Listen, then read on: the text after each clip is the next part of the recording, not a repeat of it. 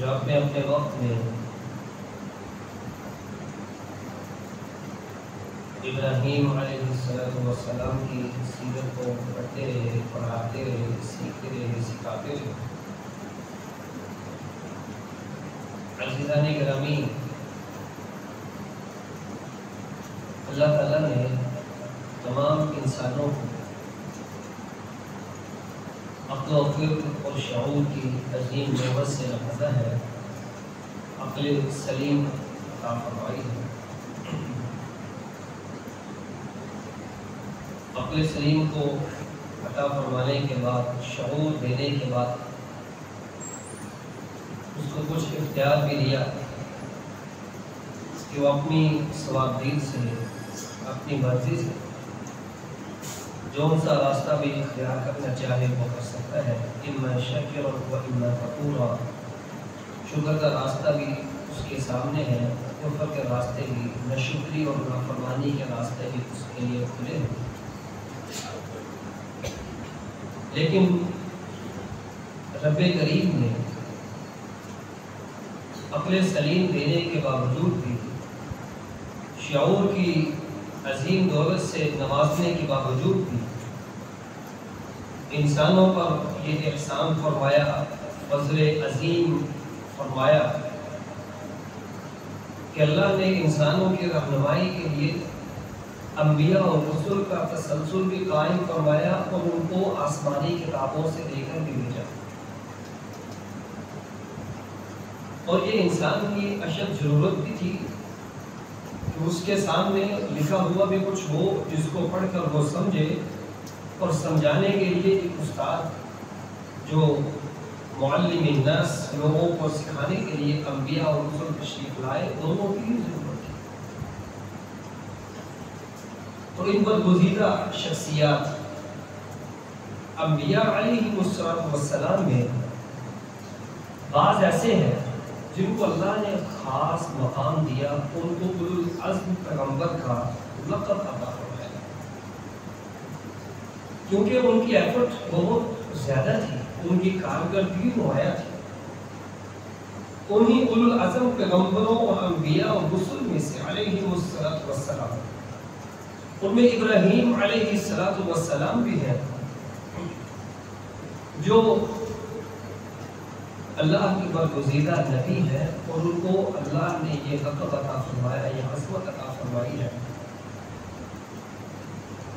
کہ وہ ان انبیاء میں سے ہیں علیہ السلام جن کو اللہ نے اولو العزم پیغمبر بنایا ہے۔ ابراہیم علیہ السلام عراق کے شہر بابل میں پیدا ہوئے،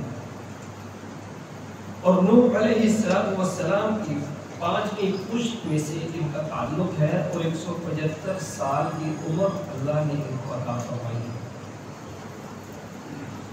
یہی ابراہیم علیہ السلام ہے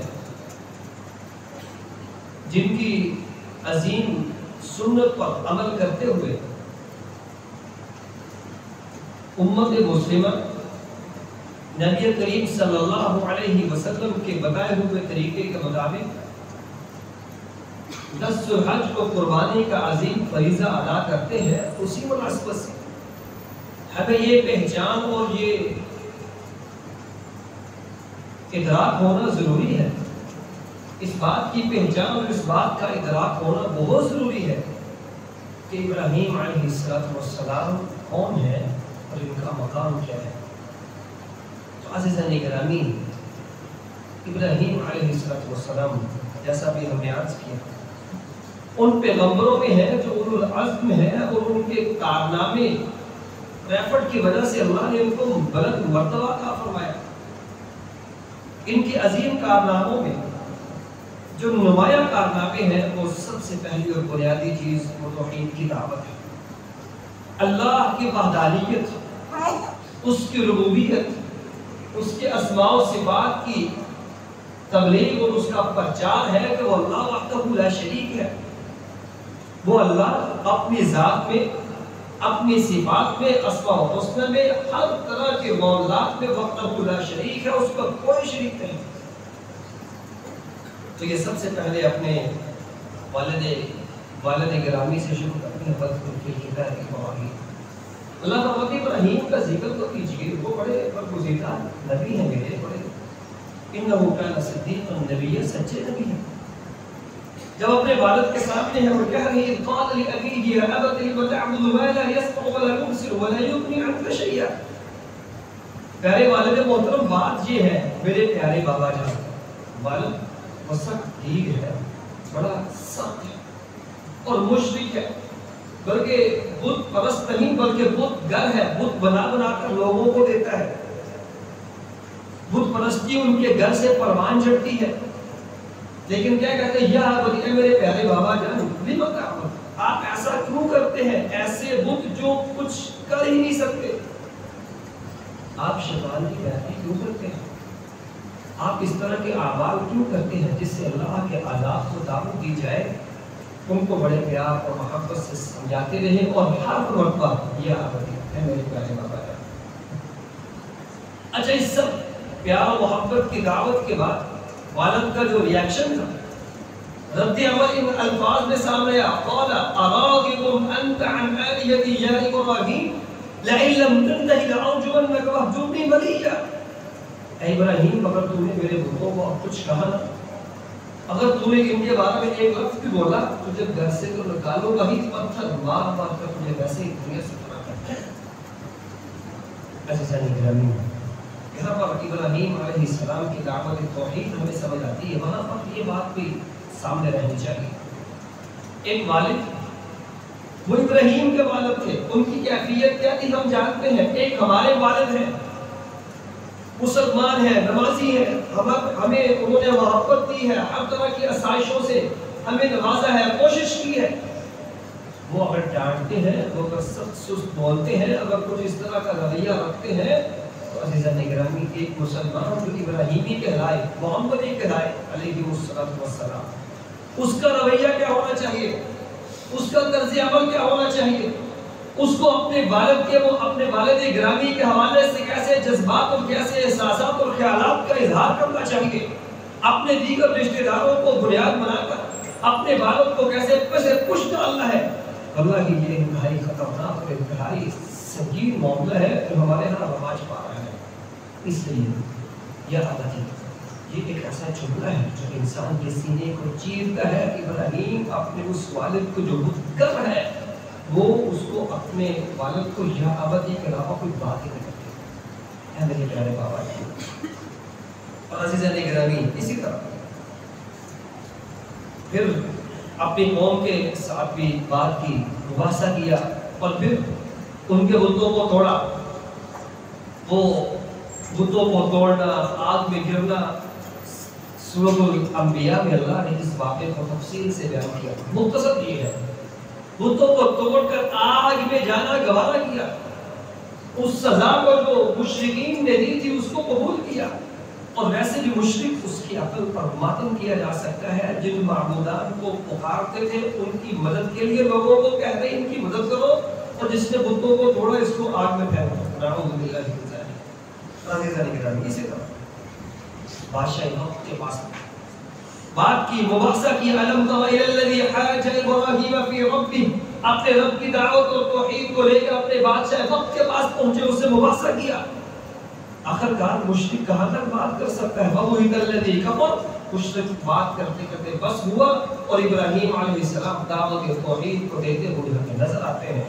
اور عزیزان گرامی، اور اسی طرح ابراہیم علیہ السلام ان کے عظیم کارناموں میں اور ان کی زندگی کے لیل و نہار اور اونچ نیچ میں اولاد کی آزمائش بھی ہے. اللہ نے اولاد کی نعمت سے نہیں نوازا. بڑھاپے تک اللہ کے دربار میں بیٹھے رہے، اٹھے نہیں، دردہ نہیں رکھا، رب کو پکارتے رہے، نہیں ہٹے، نہیں جھکے، نہیں ہٹے، اور نہ ہی ناامید ہوئے. بڑھاپے تک اولاد نہ ملی، اگر ملی تو اللہ نے قربانی کا آرڈر جاری فرما دیا، تب بھی سر تسلیم میں کم کر دیا. ابراہیم علیہ السلام کا اس سے بڑا کارنامہ کیا ہو سکتا ہے؟ عزیزان گرامی، پھر بچہ بیٹا بڑا ہوا کہ اسماعیل علیہ السلام باپ کے ساتھ ملے اور بیت اللہ کی تعمیر کی. اس عظیم کارنامے کو رب نے اتنا نوازا، اس سے اتنا نوازا کہ آج کے زمانے میں اور قیامت کی دیواروں پر اس اخلاص اور اس محبت کو اللہ نے وہ نام دیا، وہ اکرام دیا، وہ انعام دیا کہ پوری دنیا سے لوگ بیت اللہ کی زیارت کے لیے مسلمان ترستے ہیں، تڑپتے ہیں اور اپنے آپ کو بے قابو محسوس کرتے ہیں کہ کاش وہ وقت ہو ہم بیت اللہ کی زیارت کے لیے بیت اللہ کے سامنے ہوں۔ عزیزاً کرام، یہاں بھی ایک بات سامنے رہنی چاہیے، جب ایک بیٹا اپنے والد کے ساتھ حسن و سلوک کرتے ہوئے محبت کے ساتھ نیکی کے کاموں میں شریک ہوتا ہے تو اس کے انعامات میں، اس کے اکرام میں اتنا اضافہ کرتے ہیں کہ ابراہیم علیہ السلام کا بیت اللہ کی تعمیر کیا وہ اس کی واضح مثال ہے۔ جب باپ بیٹا دونوں ہی محبت کے ساتھ، خلوص نیت کے ساتھ، دینداری اور نیکی تقویٰ پرہیزگاری کی بنیاد پر اللہ کا گھر تعمیر کر رہے ہیں، نیکی کے کاموں میں شریک ہے، اللہ ان کو کیسے نوازتے ہیں؟ بیت اللہ کے در و دیوار اس بات کی گواہی دے رہے ہیں۔ عزیزاً گرامی، یہی وہ حسن کارکردگی ہے جس پر رب نے بہت نوازا۔ اللہ نے ان کو اکرامات اور نوازشات اور اعزازات کی بارش برسائی، تو ہم کچھ ان کے اعزازات جو قرآن مجید نے ہمیں بیان کیے اس کو ذکر کرتے ہیں۔ سب سے پہلی بات کہ ان کو اللہ نے نوازش کی، اللہ نے ان کو عقل و دانش سے نوازا۔ وَلَقَدْ آتَيْنَا إِبْرَاهِيمَ رُشْدًا، اللہ فرماتے ہیں ہم نے ان کو رشد، ہدایت عطا فرمائی، عقل و دانش سے نوازا، وہ عقل و دانش جو رب کو مطلوب تھی۔ اور ہمارے ہاں نام نہاد دانشور، اپنے کئی دانشور بنتے تو ہیں، لیکن وہ دانش، وہ عقل، وہ شعور جو رب نے نوازا ہو، رب کے واقعی دانشور عقل مند ہے، گویا کہ وہ دانش مندی، وہ عقل مندی کو، شعور کو رب کو چاہیے۔ اللہ وہ چاہتے ہیں، وہی ابراہیم علیہ السلام کو ان سے نواز دیا۔ ایسے تو دانشمند ہیں، اور دانشور ابو الحکم کے نام سے معروف ابو جہل بھی تھا، ابو الحکم کے نام سے معروف تھا، دانائی کا باپ، دانائی والا، عقل و شعور کا منبع سمجھا جاتا تھا۔ لیکن وہ دانائی کس کام کی؟ جو انسان کو رب کے قریب نہ کرے، اس کے دین کو سیکھنے کا صحیح فہم نہ دے، راہ راست پہ نہ لائے، صراط مستقیم پہ نہ چلائے۔ ایسی دانش، ایسی فقاہت اور ایسے شعور کا اس کا کوئی فائدہ نہیں۔ آپ ابو الحکم کو ابو جہل کا خطاب دے دیتے ہیں۔ عزیزاً گرامی، دوسری سی نرم مزاجی، نرم دلی۔ اللہ تعالیٰ فرماتے ہیں ان ابراہیم لحلیم اوواہ منیب، تین صفات بیان کی، تینوں تقریباً مترادفات میں سے ہیں۔ حلیم ایسی صفت کو بولا ہے جس میں جلد بازی سے اجتناب کیا۔ منیب جس میں کثرت الانابہ والرجوع الی اللہ، اللہ کی طرف بہت زیادہ رجوع ہو، اللہ کی طرف بہت زیادہ میلان ہو۔ اواہ کثرت دعا، اواہ جو صرف بیان کی، اواہ اس کا معنی ہے کثرت الدعاء والرقیق القلب، ایسی شخصیت جو بہت زیادہ رب سے مانگنے والی ہو اور اس کا دل اتنا نم ہو کہ رب سے مانگتے مانگتے اس کے آنکھوں سے آنسو جاری ہو اور رب کے سامنے ہو چکے ہوئے ہو۔ عزیزان گرامی، تیسری صفت جو اللہ نے ان کو دی، قلب سلیم۔ اذ جاء ربہ بقلب سلیم، اپنے رب کے پاس وہ قلب سلیم لے کر آئیں گے۔ اور قلب سلیم اس دل کو کہا جاتا ہے ان قلبہ خال من الشرک باللہ، جو اللہ کے شرک سے مکمل طور پر خالی ہو، ایسا دل رب فرماتے ہیں جو قیامت کے دن ایسا دل لے کے آئے گا۔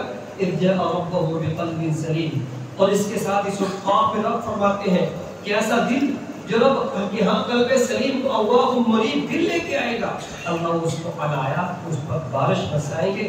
اور عزیزان گرامی، قلب سلیم جو شرک سے پاک ہو، شرک کا معنی اور مفہوم اس کو سمجھیے کہ اللہ کی صفات میں اللہ دینے والا ہے، اللہ مالک ہے، مشکل کشا ہے، بگڑی بناتا ہے، اپنے تمام تر انسانوں کے معاملات کو دیکھتا ہے، ما فوق الاسباب، بغیر کسی سبب کے اللہ مدد فرماتے ہیں۔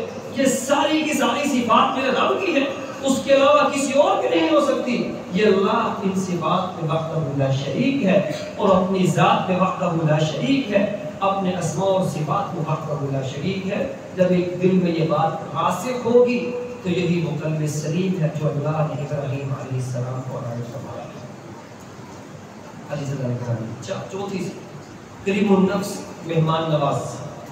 ابراہیم علیہ السلام کے پاس مہمان آئے، اللہ نے اس کو بعد میں بارے میں سورۃ میں اس واقعے کو ذکر کیا. مختصر گزارش ہے. ابراہیم علیہ السلام کے پاس مہمان تشریف لائے، آپ نے انہیں بٹھایا اور فوری جا کر مہمانوں کے لیے گشلا گنا ہو لا کے رکھ دیا. مہمانوں نے مہمان ہاتھ نہیں بڑھا رہے اور کھا نہیں رہے، اور ابراہیم علیہ السلام کی یہ صرف مہمان نوازی کی یہاں نمایاں ہوئی کہ ابراہیم علیہ السلام مہمانوں کو بٹھایا ان کو یہ پوچھنے پر اور اس بات پر کہ آپ کیا کھائیں گے، کیا لیں گے، کیا کریں گے، کیا نہیں کریں گے، ان باتوں میں الجھائے رکھنے کی بجائے فوری مہمان نوازی جو طعام حاضر تھا، جو کھانا موجود تھا، سامنے لا کے رکھ دیا. عزیزان گرامی، رب کو یہ صرف اتنی پسند آئی، رب نے اپنے قرآن کی صفت کا ذکر فرمایا. حل اتاک حدیث الضیف والرجل المکرم. اللہ کے نبی ابراہیم کے پاس مہمان آئے، وہ فوری گئے جا کر مہمان نوازی جو ان کے پاس تھی سامنے لا کے رکھ دی. جب دیکھا ایک مہمان میرے کھانا نہیں کھا رہے تو پتہ چلا بتانے پر کہ یہ تو اللہ کے فرشتے ہیں، یہ انسان نہیں، یہ کھانا نہیں کھا سکتے. آگے واقعہ اپنی جگہ پر معروف ہے اور موجود ہے، لیکن مقصود کیا ہے؟ ابراہیم علیہ السلام اللہ نے ان کو یہ صفت دی تھی کہ وہ مہمان نواز تھے. اور عزیزان گرامی، مہمان نوازی میں جیسا پہلا ہم ذکر کر چکے، کئی دفعہ بات کر چکے، مہمان نوازی یہ بطور صفت کے ہیں، بطور فرد کے نہیں، مہمان کے نہیں. مہمان نوازی ایسی صفت ہے جو انسان کی ذاتی صفت ہے، جو انسان سے اللہ صادر کرواتے ہیں. یہ صفت ایسی نہیں کہ مہمان کو دیکھ کر سامنے آتی کہ مہمان کیسا ہے. اگر مہمان ایسا ہے جس کو ہم سمجھتے ہیں کہ اس سے ہمارا کام ہو سکتا ہے، ہمارا اسٹیٹس ملتا ہے، یہ دیگر معاملات ہے، تب تو یہ صفت مہمان نوازی کی صادر ہو اور تکلفات سے بھی بڑھ جائے. لیکن جب ہم دیکھیں کہ ایسا نہیں ہے، پھر مہمان نوازی کی صفت بالکل ختم ہو.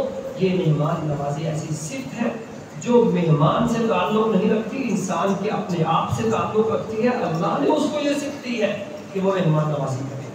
عزیزان گرامی، پانچویں صفت قوت اور بصیرت. قوت اور بصیرت، جس میں اللہ فرماتے ہیں وَاذْكُرْ عِبَادَنَا إِبْرَاهِيمَ وَإِسْحَاقَ وَيَعْقُوبَ أُولِي الْأَيْدِي وَالْأَبْصَارِ. اللہ نے ابراہیم علیہ السلام کے ساتھ کچھ انبیاء کا ذکر کیا اور ذکر کرنے کے بعد فرمایا اولی الایدی والابصار. یہ وہ نبی ہے جن کو اللہ نے اولی الایدی والابصار، قوت والا بھی بنایا ہے اور بصیرت بھی دی ہے. بصیرت کا معنی علماء نے بیان کیا عالم القوی الحجہ وثابتا علی الحق. وہ شخصیت جو عالم ہو اور بات کرنے میں، اپنی بات کو منوانے میں حق کی بنیاد پر کبھی ہو اور اپنی بات پر، اپنے علم وحی پر بالکل ثابت قدم ہو. مستسلما لأوامر اللہ، اللہ کے اوامر اور اس کے احکام پر مکمل ثابت قدم ہو. یہ وہ شخصیت ہے جس کو القوی اور بصیر کہا جاتا ہے. یہی صفت اللہ نے ابراہیم علیہ السلام کو درجہ اہم مکمل کر دی تھی.